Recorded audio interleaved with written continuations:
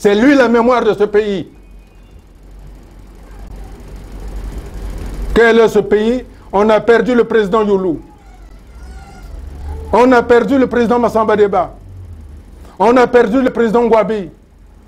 Le président Yombi, on ne l'entend plus où il est. Alors, quel est ce pays où il n'y a pas de mémoire? Comment les jeunes peuvent-ils se référer? Hein? Non. Monsieur Sassou doit rester vivant. Je m'adresse à ceux qui l'ont attaché les mains. C'est fini.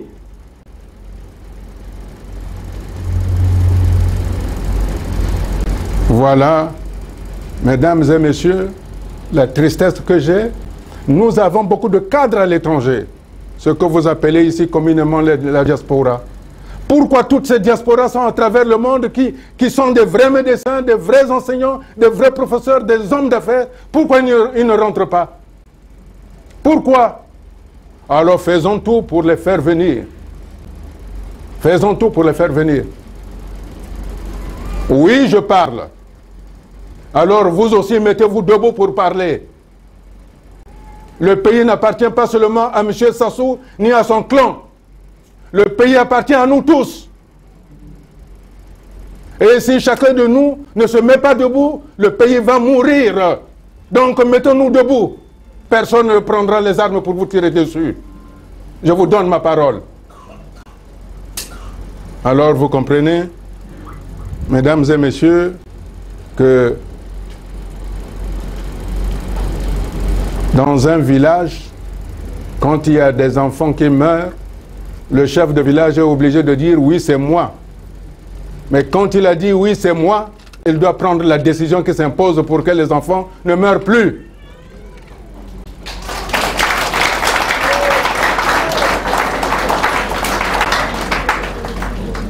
J'avais félicité M. Sassou de nous avoir donné la conférence nationale qui était préparée chez moi. Je l'avais félicité. Je demande de nouveau à ce M. Sassou qui savait prendre la décision, de prendre la décision. Oui, nous allons nous retrouver. Nous allons nous unir. Nous allons unir le Congo. Non, ne permettons pas qu'il y ait deux États au Congo. Un État du Nord et un État du Sud. Parce que nous en prenons la voie. C'est pour ça que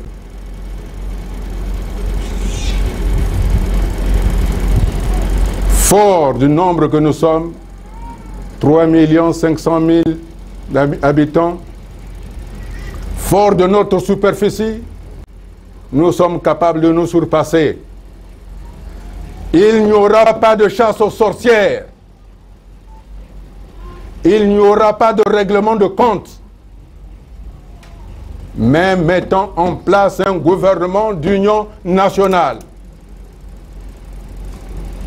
Je vous demande de regarder devant.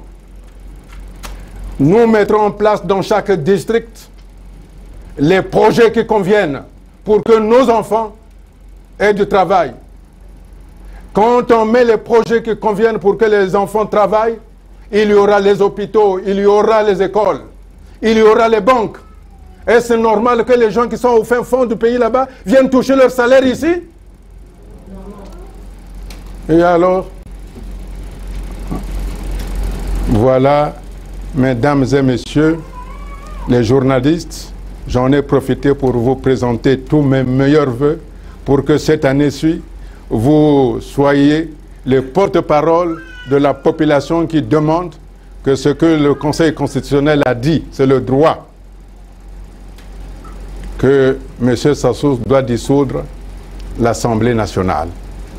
C'est-à-dire, il doit mettre en place un gouvernement d'union nationale. C'est la seule voie possible pour que nous ayons plus peur. C'est cette voie-là que le président de la République, que personnellement, je lui demande. Il sait pourquoi je le lui demande. Même si dans ce gouvernement on dit que M. Boukadia est de trop, je suis prêt à m'écarter dès lors où on met en place un gouvernement d'union nationale. L'essentiel, c'est qu'il y ait un gouvernement d'union nationale pour que nos enfants, pour que nos mamans, pour que nos papas puissent être régularisés, pour que les gens touchent normalement leur retraite, pour que lorsqu'on va aller à l'hôpital, on soit d'abord soigné au lieu qu'on nous demande de l'argent, pour qu'on aménage plutôt les hôpitaux au lieu d'aménager la morgue. Et c'est normal que, d'après l'OMS, il y a 100 Congolais qui meurent par jour au CHU.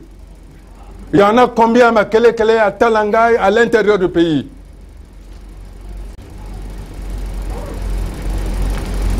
C'est pourquoi il n'est pas nécessaire de changer la Constitution. Parce que la Constitution a été conçue expressément par M. Sassou Nguesso.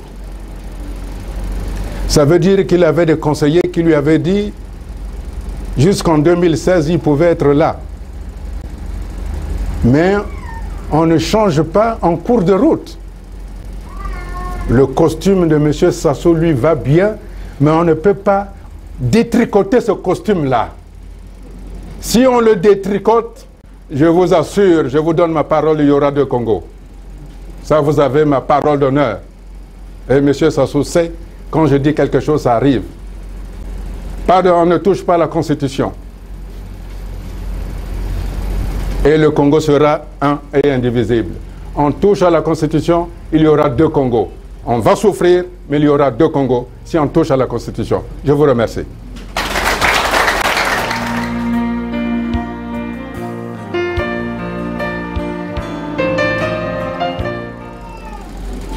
Oui, effectivement.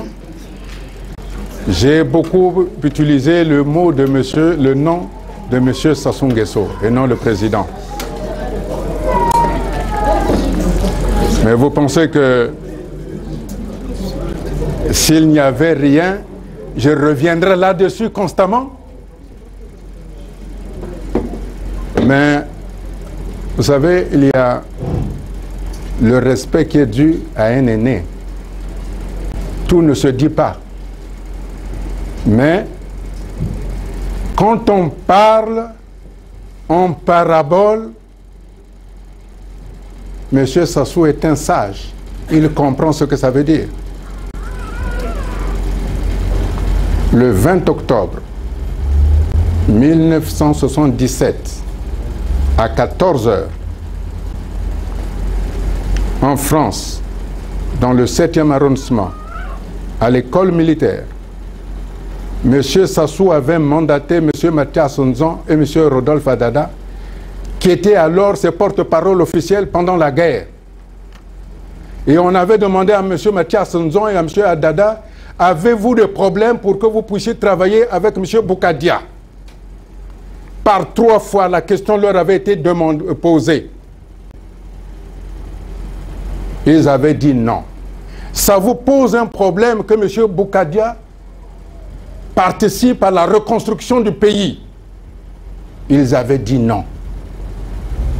J'avais donné une conférence ce même 20 octobre 1997 à 10 h dans un des grands hôtels de Paris. M. Sassou sait qu'il avait mandaté, qui était venu de Belgique pour venir me voir. Il n'est pas loin, il se trouve de l'autre côté du fleuve Congo, à Kinshasa. Il est encore vivant. Quand on parle à un ancien, il doit comprendre. Moi, je n'ai jamais dit que je voulais m'imposer auprès de M. Sassou. Jamais. Il avait besoin de moi. Sur vos entraves, M. le Président, est-ce qu'on peut comprendre ce deal? C'était quoi exactement? Il n'y avait pas de deal. Je ne peux pas avoir un deal avec M. Sassou. De quoi vous avez parlé exactement? Mais ça, c'est entre M. Sassou et moi.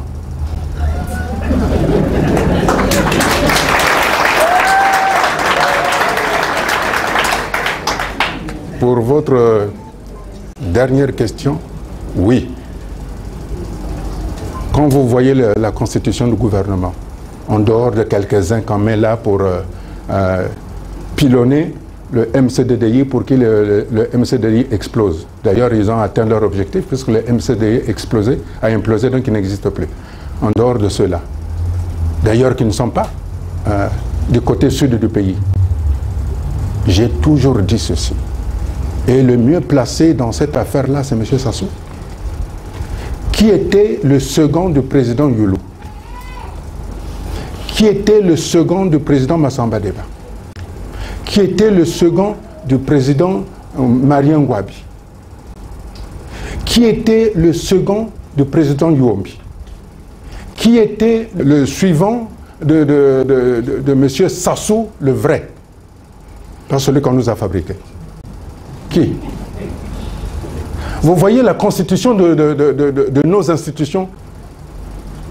Le palais de la présidence se trouve au plateau, au marché plateau. Le palais de la primature se trouve à la gare, donc au côté nord de Brazzaville. Le palais de la législature se trouve où? C'était au CG annexe. Puisque le CG annexe, c'était le Parlement. Ça voulait dire que quand un président est du Nord, il est au milieu. Il choisit un premier ministre qui siège dans la partie nord du pays, Brazzaville Nord, mais le président de l'Assemblée nationale est dans la partie sud. Comme ça, il y a... Mais aujourd'hui, tous ces grands pouvoirs qui sont là, ce sont les gens du PCT. Hein? Et de quel type de PCT? Ce n'est pas le PCT de ceux qui sont au PCT, qui sont de Baratier, qui disent « Ah non, il ne faut pas dire que je suis de Baratier ». Ce sont les gens de son clan. Ce sont les gens de son clan. La dernière fois, j'avais dit que l'homme le plus tribaliste de ce pays qui ne veut pas de l'unité nationale, c'est M. Sassou. Parce qu'il nous empêche de fonctionner.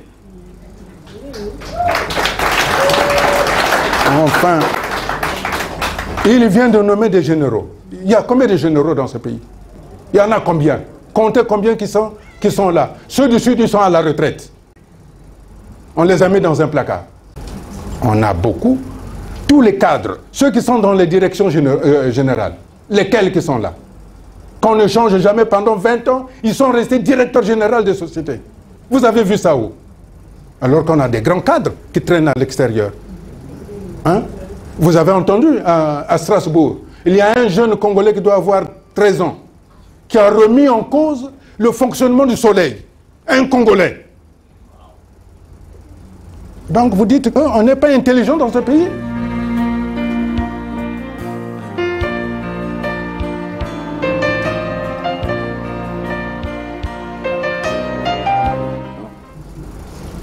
Oui, j'ai dit ceci.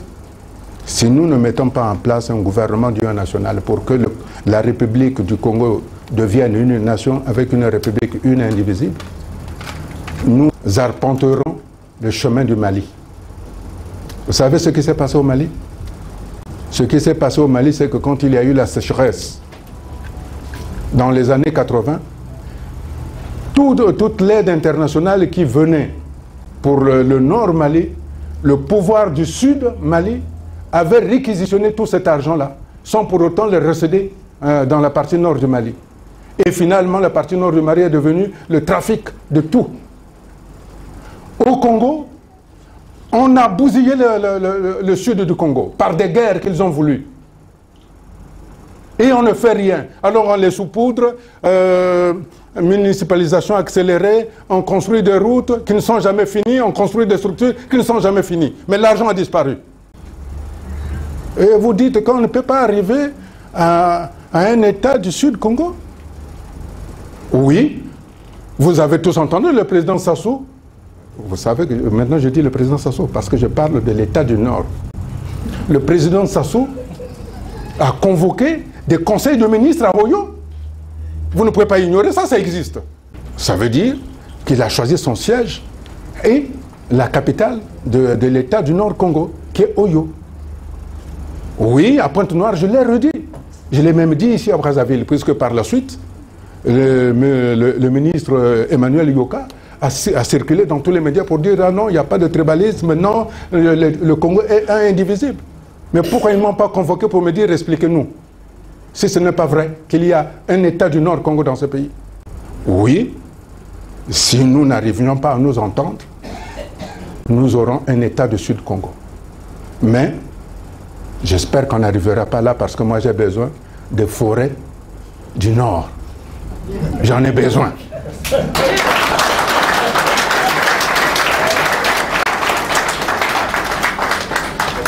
Nous allons passer à... de la conservation, sinon du dialogue. Non, non, non, non, non, non, non, non.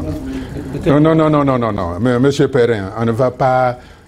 le dialogue, il y en a eu beaucoup. Pourquoi chaque fois il y a des dialogues, des dialogues, des dialogues? Il y a eu le dialogue après la guerre, où ils ont débauché les gens en France qui sont venus. On les a mis par la suite, qui avaient cautionné, je ne sais pas, la période transitoire de 5 ans, je crois. Puisque après ce dialogue-là, ils ont organisé les élections en 2002. Pourquoi voulez-vous un dialogue? S'il y a un dialogue, c'est entre deux personnes. Mais là, nous parlons de l'État congolais. Nous parlons de la nation congolaise. Tout le monde doit se retrouver là-dedans. J'ai dit ceci. Remettons en place une conférence nationale, mais qui ne sera pas une conférence nationale à l'identique de celle de 91 dont nous avons été à l'origine. Ou qui avait d'ailleurs été par la suite instrumentalisé parce que ceux qui faisaient du bruit, ceux qui lançaient ce que vous avez appelé ici des scuds, c'était les gens que le PCT avait montés pour montrer que ces gens-là, ce ne sont pas des démocrates. Alors qu'on était les démocrates, on aurait pu mettre M. Sassou en prison à l'époque. C'était possible. On aurait pu réquisitionner beaucoup de choses. On aurait pu dire que M. Sassou ne devait pas se présenter à l'élection présidentielle de 1992. On l'a fait. Mais ceux qui ont bousillé la conférence nationale, c'était les gens internes de PCT qui ont créé différents courants. Ce que je propose aujourd'hui, c'est qu'on mette en place un gouvernement d'union nationale qui ne doit pas prendre en charge tout ce qui s'est passé pour que nous partions de l'avant. Mais essentiellement, qui va gérer les affaires courantes. Entre autres, comme je l'ai dit, permettre le recensement général de la population de l'habitat pour savoir quel est le degré de pauvreté pour que nous y apportons des solutions avec des mesures concrètes, organiser les élections présidentielles et permettre au président de la République que le peuple l'aime en l'accompagnant. Vous savez, prenons le général de Gaulle, un grand homme que le président Sassou admire. Quand il voulait sortir, qu'est-ce qu'il a fait? Il a demandé le peuple français à une consultation populaire, c'est-à-dire un référendum, dont il savait que le peuple français dirait non. Quand le peuple français a dit non, le général de Gaulle a dit « je m'en vais ». Il est sorti par la grande porte. Et aujourd'hui, tout le monde parle du général de Gaulle, permettant au président Sassou de sortir par la grande porte pour que nous allions de temps en temps, de temps en autre, aller le voir dans le village natal, qu'on pêche ensemble, qu'on joue à la pétanque aux boules, ou qu'on discute, qu'on joue aux cartes. Mais c'est ça aussi la République. Voilà pourquoi je dis que nous devons y arriver. Merci.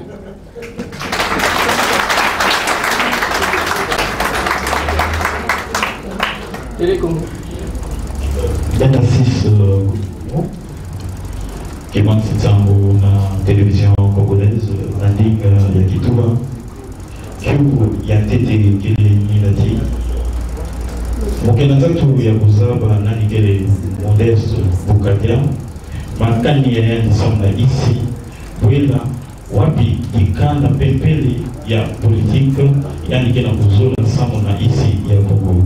Kiu ya zole diyai, na bubu ibundu ya politique ya Denis Sassou Nguesso PCT na lukufu ke na kutamba ni boko samna kukwenda na nzela ya kuzonzi proso wandiki kukana pe kuvingira yao kapalati ya manguno ya isi ya beto kasi awa bubu bakina kumanga nzela ya mzonzi kasi biyalo ya kupwata pe ina bitini nyoso ya politique ya Kongo kele na ntango isi yankaka kena kuzonzila na diambo ya nzalubulu iki na Kongo isadi politique konsontangu kuzangula ninga samu na mambo ya kivumu.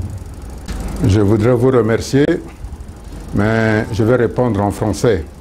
D'abord, qu'est-ce que je veux pour le pays? Un Congo uni